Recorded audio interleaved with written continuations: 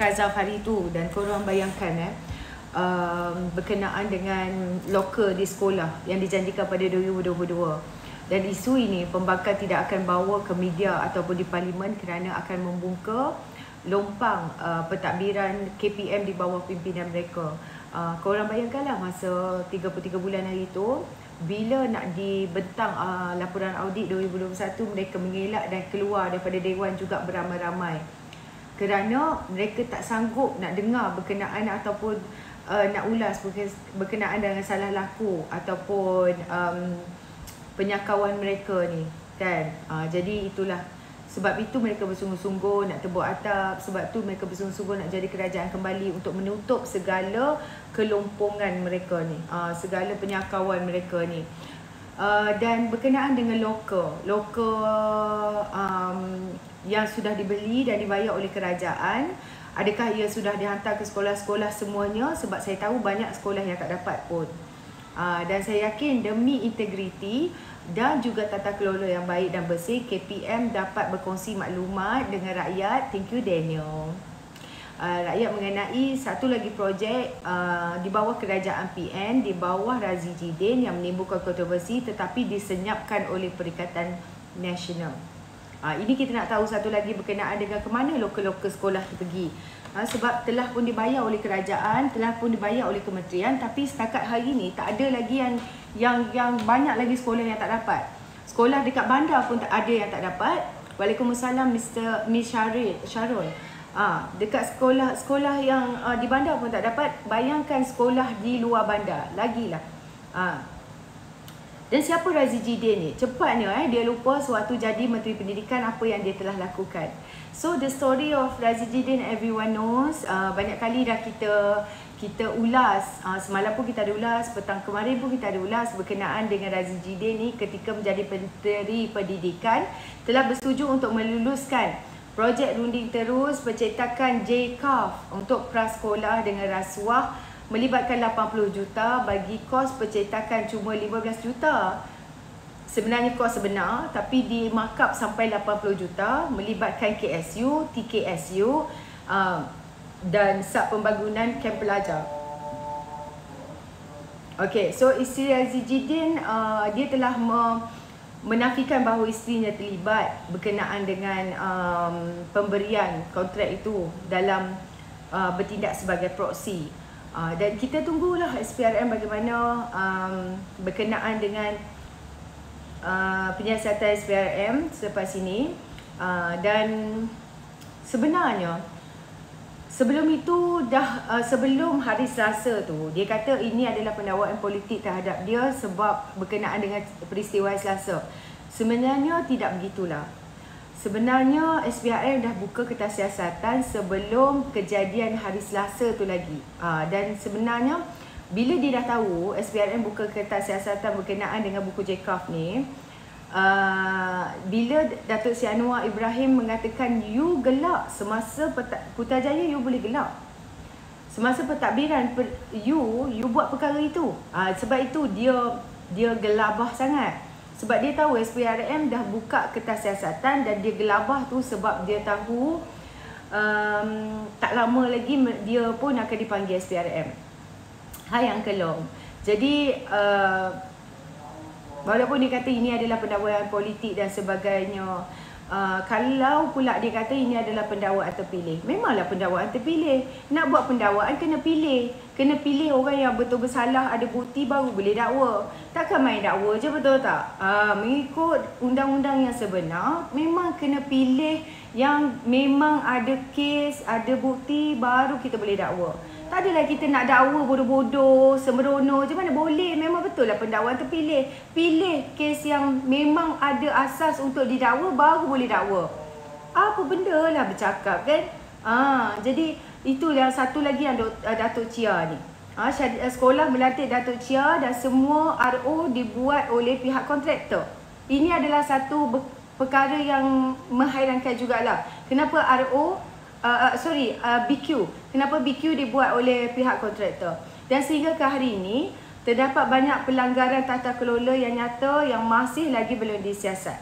Antaranya kaedah pelantikan tidak mengikut tata kelola. Itu satu perkara. Dan syarikat yang berstatus G3 dapat award buat kerja status G2. Itu lagi satu perkara. Dan syarikat di luar wilayah, contoh syarikat yang berdaftar di Kedah, laksana projek selenggara di Kelantan. Kenapa bukan itulah, korang fikirlah sendiri kan. Kalau kontraktor dia tahulah. Jadi sekolah diarahkan oleh syarikat untuk bayar 50% pendahuluan sebelum kerja bermula, dan tidak pernah berlaku dalam sejarah projek penyelenggaraan sekolah mesti bayar dahulu. Sekolah juga dikenakan bayaran konsultan. Belum pernah lagi berlaku projek penyelenggaraan ada bayaran konsultan. Ini berlaku semasa zaman Perikatan Nasional. Dan tidak sampai 100% kerja dibuat, bayaran penuh sudah dibuat. Kerja hanya dalam 50%, tapi Datuk Chia ni dah claim 100%.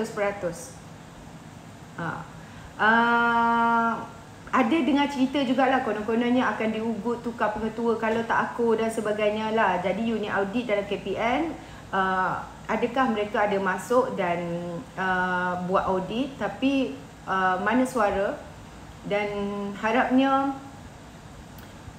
SPRM pun lihat juga berkenaan dengan unit audit KPM ni. Okey, dan pada akulah Razi Jidin ni, dia yang hina Perdana Menteri, tapi dia yang minta tarik balik.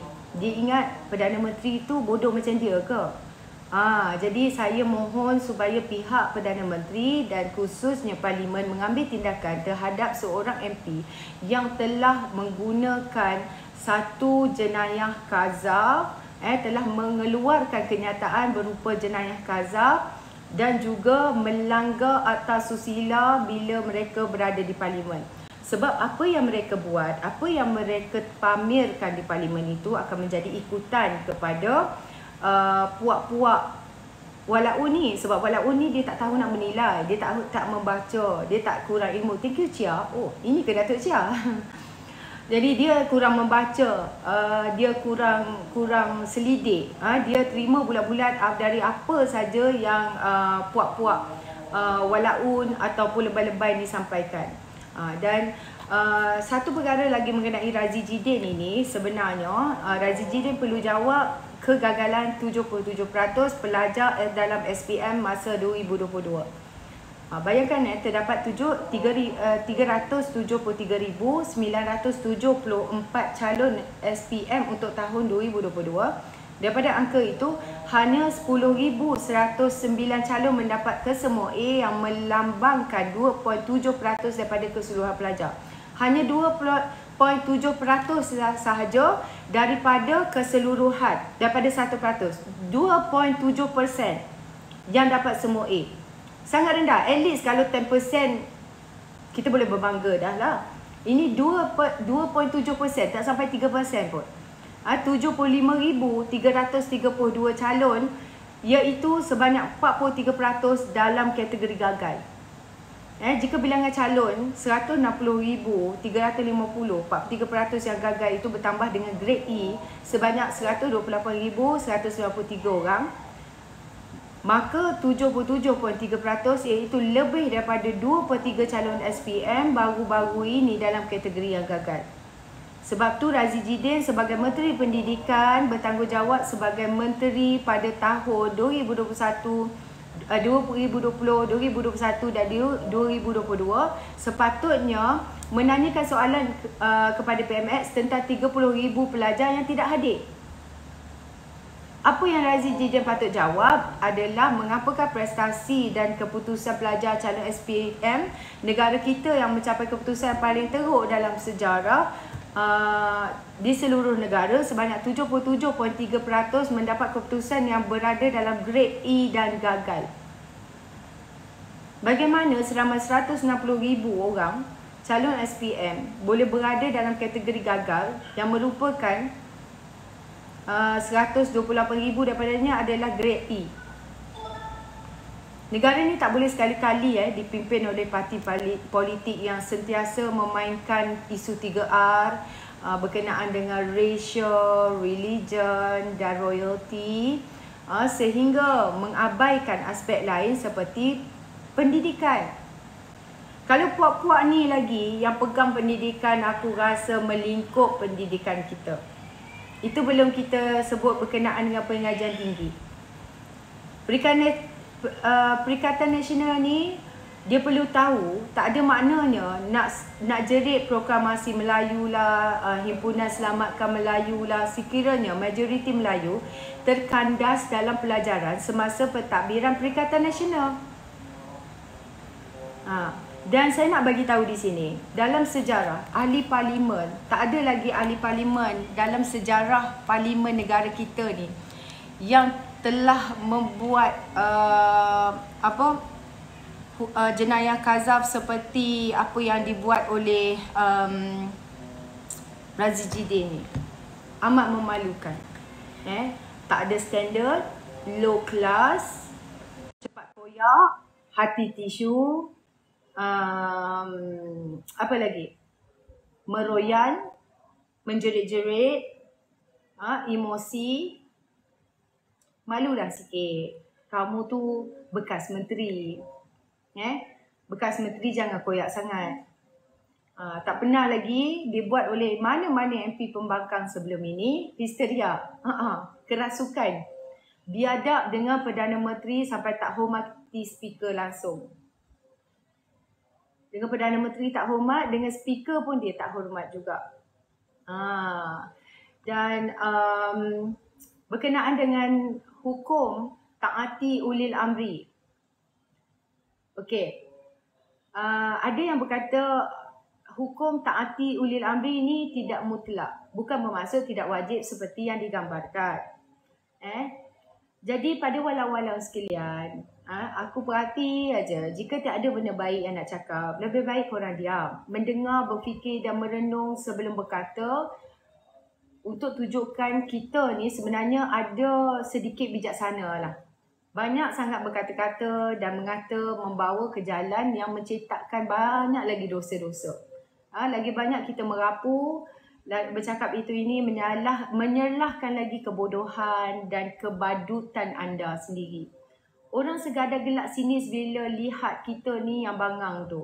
Jaga maruah sikit, lebihkan ada malu. Jangan semua perkara kita nak tunjuk pandai, memandai-mandai reka cerita kerana akhirnya dengan tokok tambah semata-mata nak lariskan sembang, kita terjerumus sebagai pemfitnah. Dan berkenaan dengan Howard Lee, aku perhati je Howard Lee kan. Howard Lee ngakoming Ahok, tafsir Aulia dan Ulil Amri naratif politik. Rasanya saya ada baca satu penulisan oleh Ahmad Muslim Badawi. Ahmad Muslim Badawi ada dalam tulisan dia mengatakan apa pun makna Aulia, Ulil Amri dari lafaz Waliul Amri itu maknanya hampir sama. Okay, saya bacakan sikit. Kejap saya cari.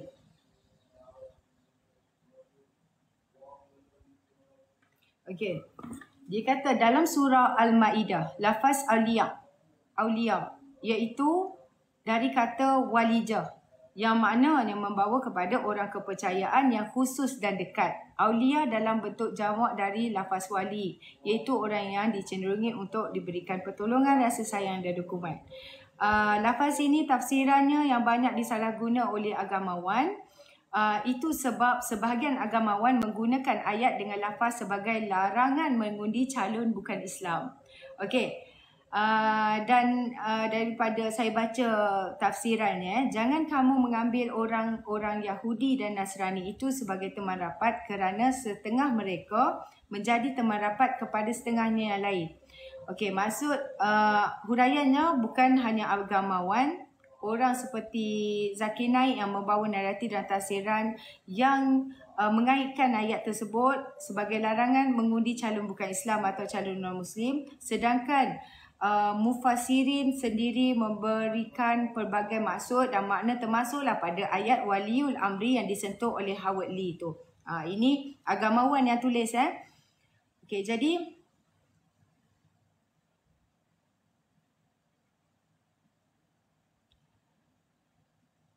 dia kata kalau kita belajar fiqh ma'alat, fiqh implikasi, jelaskan Jelaskan Allah ada pesan, itu sebabnya di dalam Islam adanya larangan menghina sembahan agama lain. Bukan soal sembahan itu benar atau salah sebagaimana firman Allah. Okey. Jadi janganlah kamu memaki sembahan-sembahan yang mereka sembah selain Allah kerana mereka akan memaki Allah dengan melampaui batas tanpa pengetahuan. Surah Al-An'am ayat 108. Okey. Jadi seseorang non-Muslim menyentuh tentang agama Islam dalam konteks ilmu dan dakwah tidak menyentuh sensitiviti, dia kata tak ada masalah. Bila membawa satu ayat Quran dan cuba bawa naratif politik menyokong kerajaan sedia ada dengan menggunakan ayat Quran dan sebagai bukan Islam, tunjuk pandai dan melabel Khawarij kepada pemimpin Islam, ini yang menimbulkan kemarahan umat Islam. Dia kata dari sudut ilmunya betul. Dari sudut ilmu tu betul. Tapi dia kata yang mereka ini marah sebab bila seorang non-Muslim lebih pandai daripada orang Muslim itu sendiri dan melabel Khawarij kepada seorang pemimpin Islam dalam satu parti ni. Jadi ini yang membabitkan kemarahan sesetengah pihak, iaitu orang Islam itu sendiri. Okey, kita faham. Tapi daripada siasah dan fiqh itu betul. Sudut ilmunya itu betul. Saya ini tulisan daripada Ahmad Muslim Badawi. Jadi boleh baca sendiri dekat Facebook dia. Ini yang dia tulis. Dia kata dulu-dulu yang kuat guna ayat Quran ni ngakoming. Parlimennya bersebelahan dengan Howard Lee, seorang ahli parlimen Ipoh Barat, seorang parlimen Ipoh Timur. Mungkin dia belajar daripada Ngakomi lah kot, dia kata. Ngakomi sekarang tak perlukan ayat Quran dah sebab dah dapat menteri perumahan. Ini orang yang tak cenderung mana-mana. Dia bagi pendapat mengikut ilmu dia, dan apa yang saya baca ni betul-betul saya baca apa yang dia tulis. Nampak sangat dia tidak cenderung mana-mana kan. Dan kuasa biarlah kelompok asabiah sahaja pergunakan agama, dia kata. Bila bukan Islam guna, ia dianggap satu red flag. Sama seperti larangan bukan Islam untuk buat majlis di masjid. Dalam konteks hukum tak salah, tapi dalam konteks politik boleh timbulkan kebencian. Ini nasihat dia. Maknanya lebih baik jangan gunakan lagi lah lain kali. Walaupun dalam konteks hukum dan dakwah tafsiran Howard tidak ada yang salah. Masalah orang DAP sejak dulu, dia kata selalu cuba tunjuk pandai dalam hal agama dalam menarik perhatian dan mengkagumkan pemuda Melayu, tak kira Lim Kit Siang atau Howard Lee.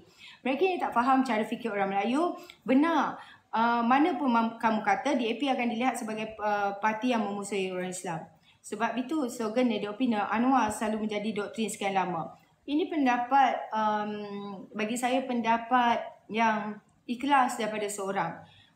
Dan dia kata lagi, tu sebab kelompok asabiah selalu mainkan gambar Lee Kuan Yew bersongkok dengan DAP. Sebab dia nak hasutlah orang Melayu ni supaya bencikan Cina. Jadi jujur pesan kepada Howard Lee, tak perlu susah nak tunjuk pandai agama sebab orang Melayu bukan saja tak puji, malah akan menimbulkan kejian. Korang boleh tafsirkan sendiri mengikut korang punya penerimaan. Pada saya dia adalah orang yang atas pagar. Google tak Google, at least kita ini, saya tak Google, saya hanya baca berkenaan dengan ilmuwan-ilmuwan punya pendapat. Kalau kita Google tu, biarlah sumber kita Google tu tak semestinya kita betul. Tapi apa yang kita dapat daripada ilmuwan-ilmuwan ni, kita gunakanlah sebab mereka ni memang bertauliah, bukannya jenis ustaz yang tak bertauliah tapi duduk lemparkan fitnah siang dan malam. Lepas tu suruh pengikut dia bayarkan saman dia. Kan? Okey. Satu perkara yang saya nak beritahu pada Walaau ni, saya nak tanya kepada mereka. Kamu ingat NGO dan mufti kita tak cerdik ke? Nak sondor semacam ada macam dalam kes Howard Lee tu, sampai korang tuduh mereka ni bisu lah, tak ada telur lah kan. Mereka memiliki kewarasan dan rasional apabila membuat penilaian dengan teliti atau menyuarakan pandangan dari kacamata Islam yang sebenar, bukan kacamata ahli politik yang menunggang Islam. Kalau kita sendiri kecam dan mufti lah katakan, aku ada tak bersetuju juga dengan mufti-mufti ni. Tapi puak-puak ini bila tak kena dengan tekak mereka, mereka akan kata, oh where is the mufti? Kenapa mufti diam? Kenapa mufti tak bersuara? Jadi di mana kewarasan akal fikiran kamu yang telah kamu campakkan itu sebenarnya walau-walau sekalian? Jika tidak berpihak kepada kamu, jika benda yang tidak kena dengan selera tekak kamu, dan kamu akan mempersoalkan benda tu. Dan bila seorang pemimpin parti khususnya DAP menggunakan potongan ayat Al-Quran dan kononnya ditafsir untuk mendapatkan sokongan politik puak PAS ini, menjadikan ia isu besar sampai jadikan ia kes polis. Tapi kalau orang bukan Islam dari kelab penyokong PAS guna ayat Quran, malah mereka boleh claim berkali-kali jumpa Rasulullah SAW, lebay, walaun dan untit akur sahaja, tak ada pun bising-bising. Nampak triple standard, bukan double standard dah, triple standard dah. Saya bukan nak pertahankan Howard Lee, tak boleh ulas pun kerana saya bukanlah ustazah seperti kamu kan.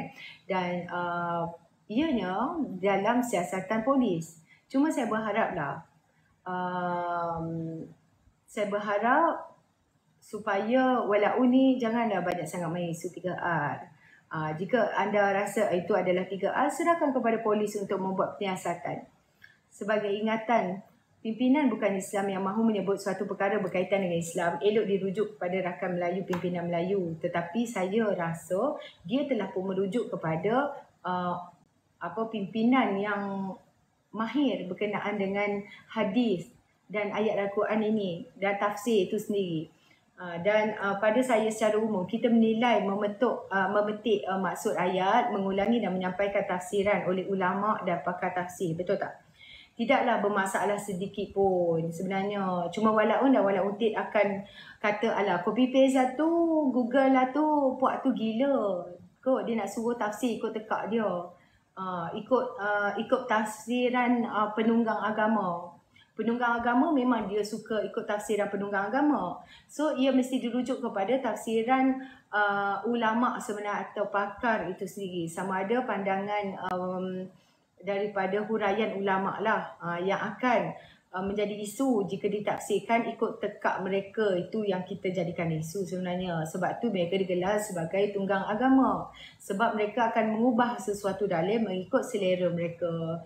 Jadi betul lah seperti Menteri Agama kata, mentafsirkan ayat Quran ada disiplin-disiplinnya yang perlu dipatuhi. Dan para mufti diharapkan dapat memperjelaskan tentang hukum hakam kepada masyarakat Islam khususnya dan bukan Islam agar mereka ni tak terkeliru. Dan Menteri, thank you Daniel. Dan Menteri Agama kata lagi, mufti mesti berperanan mengeluarkan pendapat atau pandangan hukum. Bukan saja hukum dalam kes Howard Lee ni, tapi dalam semua perkara. Melibatkan hukum hakam bagi mendidik masyarakat demi mengelakkan masyarakat ini terkeliru. Jadi lebay PAS yang sering mengeluarkan hukum dan fatwa, even Muhyiddin Yassin sebelum ini mengeluarkan hukum sendiri, pandai-pandai dia keluar hukum, bercanggah dan berubah-ubah pula tu mengikut selera politik mereka. Jadi majoritinya adalah mufti-mufti yang telah mendiamkan diri kan. Dan kita dengar daripada, sekejap saya buka audio daripada Menteri Agama ya. Hukum ini diserahkan kepada orang yang berautoriti. Ini dalam konteks di negeri-negeri adalah mufti. Jadi sebab itulah saya mengucapkan syabas dan tahniah kepada Datuk Sri Wan Salim, Mufti Pulau Pinang atas pandangan hukum yang telah diberikan oleh beliau. Pandangan hukum ni sangat penting sebab tujuan dia ialah untuk mendidik masyarakat. Bukan saja dalam persoalan berkaitan dengan orang bukan Islam, membaca Al-Quran, memberikan pandangan tentang Al-Quran, tetapi juga semua perkara yang melibatkan hukum. Mestilah dikeluarkan oleh mufti. Ini sebab tu saya mengambil kesempatan ini sebagai Menteri Agama untuk mengajak dan mengesyorkan supaya mufti-mufti di negeri ini memainkan peranan yang penting. Ke depan, kalau ada timbul persoalan hukum, kena ke depan. biar mufti-mufti ni kena ke depan untuk membantu masyarakat menjelaskan, memberikan pencerahan. Saya sebut bukan saja persoalan dalam kisah Wali ni, semua perkara yang melibatkan hukum, mufti-mufti perlu kehadapan dan memainkan peranan yang penting. Sebab ini tujuan kenapa mufti dilantik. Sebab mereka ni adalah orang yang berautoriti dalam nak mengeluarkan hukum. Otherwise, dia akan celaru. Contohnya saya kata dalam konteks kes Wali ni, kalau ianya dilihat daripada perspektif politik, pada satu masa boleh. Tiba-tiba satu masa yang lain tak boleh. Itu pendekatan politik. Satu masa kita kata bukan Islam ni boleh keluarkan pandangan dan sebagainya. Tapi bila kita tak bersama, kata tak boleh pula nak keluarkan pandangan. So jadi yang ini sebab kita nak elakkan hukum ni dikeluarkan oleh orang politik. So, biarkan mereka yang berautoriti dalam. Hatta saya sendiri pun sebagai menteri agama, saya telah minta kepada Datuk Luqman, dan insya-Allah Datuk Luqman, Mufti Wilayah Persekutuan, akan mengeluarkan fatwa hukum pandangan yang akan jadi pedoman. So yang inilah saya ambil peluang ini dalam konteks ini untuk menyeru dan mengajak para mufti-mufti. So mufti kena mainkan peranan, kena ke depan sebelum masyarakat jadi keliru. Okey. Baik. Okey, itu dah jelas Menteri Agama sendiri dah beri kenyataan beliau dan dia berharap supaya dia patut pesan kepada diri dia jugalah Dia tu yang patut lebih proaktif lagi. Keluarkan arahan supaya mufti keluarkan pendapat ataupun beri penjelasan berkenaan dengan hukum hakam ni.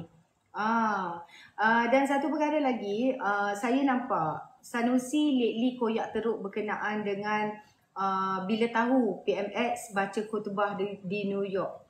Sebab itu Nabi kata kalau kita tak ada benda baik nak cakap, baik kita diam. Bila hang keji, busuk, dengki dengan orang, memang tak ada apa hang boleh cakap. Dan hang baca khutbah hari tu tak ada siapa nak petikai pun, tapi level hang boleh baca khutbah lagu mana sangat, baca teks saja. Kan? Semogalah MB Kedah ni dia dapat hidayah. Dan siapa kata Tan Soo tak ada benda untuk dikritik berkenaan dengan kerajaan perpaduan ni. Kritiklah. Yang amat diperlukan pun. Kita mengalu-alukan kritikan. Kalau tak, apa fungsinya pembangkang? Boleh saja kritik, tak ada masalah. Tapi janganlah sampai main isu Gaza, tuduh orang liberal, pro-LGBT dan sebagainya. Sampai PMS nak bagi khutbah di New York pun si Sanusi ni busuk hati. Tak ada standard lah macam ni. Cuma walaupun PAS ni saya heranlah sikit. Dia duduk menyampah sangat dengan kerajaan perpaduan ni, kenapa? Zaman Midin Cirit dengan Ismail Sabri memang teruk sangat. Memang teruk sangat dah masa tu. Kan? Jadi sebagai pembangkang, apa fungsi kamu pembangkang? Adakah kamu jadi pembangkang untuk fungsinya adalah untuk terbuat atap saja? Okey. Jadi itulah Khawarij ni, istilah mudahnya satu fahaman yang keluar atau menarik diri taat kepada pemerintah. Itu yang nyatanya lah. Dan abad ke-7 dah muncul dah fahaman puak-puak ini. Puak ini tak lagi membalat atau taat kepada pemerintahan Khalifah Islam ketika itu, iaitu Saidina Ali bin Abi Talib yang juga merupakan menantu dan sepupu Nabi SAW. Tak taat tu satu hal dah. Tak taat tu satu hal dah. Aspek kedua, mereka suka melabel umat yang lain. Jika tak ikut selera mereka, tak ikut kehendak mereka, tak ikut tekak mereka, gaya dan perjuangan mereka, mereka akan tuduh dan label orang macam-macam. Aspek ketiga, puak ini merasakan mereka yang terlebih baik. Dia lebih alim daripada orang lain, terlebih maksum, terlebih Islam dan sebagainya.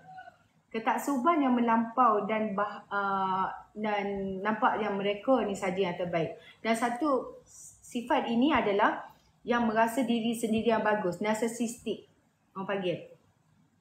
Ketaksuban melampau ini, hanya mereka yang terbaik ini adalah satu sifat sombong.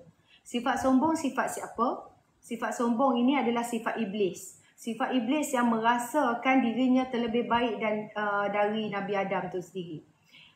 Iblis dilaknati Allah Ta'ala kerana mereka ada sifat sombong. Dan berdasarkan fahaman puak-puak ni juga, orang lain buat semua tak betul, tidak membawa ciri Islami dan hanya mereka saja yang betul-betul Islami. Ciri puak-puak ni sehingga hari ni dan pengikutnya ada ramai yang sekarang ni makin membiaklah di negara kita ni. Bayangkan kalau dulu menantu pada Nabi Muhammad SAW sendiri yang dijamin syurga, mereka boleh ingkar, mereka boleh berbantah-bantah, apalah sangat dengan pandangan mereka terhadap pemimpin hari ni, termasuklah PMX. Betul tak? Lagilah dibantah, lagilah dilawan, lagilah disanggah kalau tak ikut selera mereka, puak-puak Khawarij ni. Thank you, Hawa. Hati-hati ajaran puak ni boleh memutuskan tali silaturahim.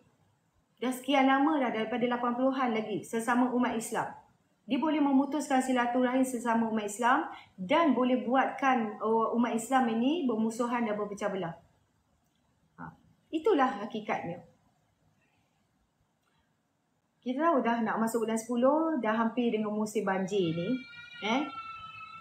Tapi kita bakal menghadapi PRK Pengalai dan mereka berkempen politik di Pengalai tu dan offer kepada Pengalai supaya jangan bersama dengan kerajaan Barisan Nasional lah, jangan bagi undi kepada Barisan Nasional, dan dia kata kalau nak maju kena undi Perikatan Nasional. Masalahnya di sini negeri sendiri pun tak terjaga, tapi dengan lagak nak tunjuk hebat di negeri orang. Beri salam aja lah. Kim salam aja orang kata kan. Thank you Arab. Pelangai. Saya selalu salah nama dia. Itulah pasal. Assalamualaikum. Waalaikumsalam. Saya sebagai rakyat Kelantan lah, rasa amat bersyukur hidup dalam keadaan harmoni di Kelantan. Kita ada tempat ibadat bukan Muslim dan Muslim sekali. Tempat ibadat terbesar sekali dekat Tumpat kita ada. Kita amat-amat rasa bersyukur lah. Dan di Kelantan kita ada juga kemajuan pun, kita ada Tesco, Kebimo. Tolak aje lah, kita tolak. Kebimo dengan Tesco tu tambang kemajuan ke? Ni Encik Amir? Ya. Kita nak ada apa lagi? Kita ada sekolah. Ion Mall itu lambang kemajuan? Ya, kita ada sekolah. Dan kita ada pusat ekonomi. Ada sekolah dengan apa? Ada sekolah dengan apa? Tak dengar. Kita ada sekolah, kita ada semua, kita ada di Kelantan. Tolak je lah, kita tolak. Kita tolak pusat judi, pusat maksiat. Sebab kita menolak judi kan. Takkanlah kita terima di judi kan. Cuma terima dana judi je lah. Tolak judi, tapi terima dana judi. Kita tolak judi. Macam mana kita nak terima dana judi? Adakah syarikat judi nak bagi pada orang yang melawan dia? Amal makruf nahi munkar. Betul tak? Okey. Kita kata amal makruf nahi munkar. Okey, baik. Tak dengar lah. Cakap tu tak dengar. Cepat sikit. Okey, amal makruf nahi munkar kan.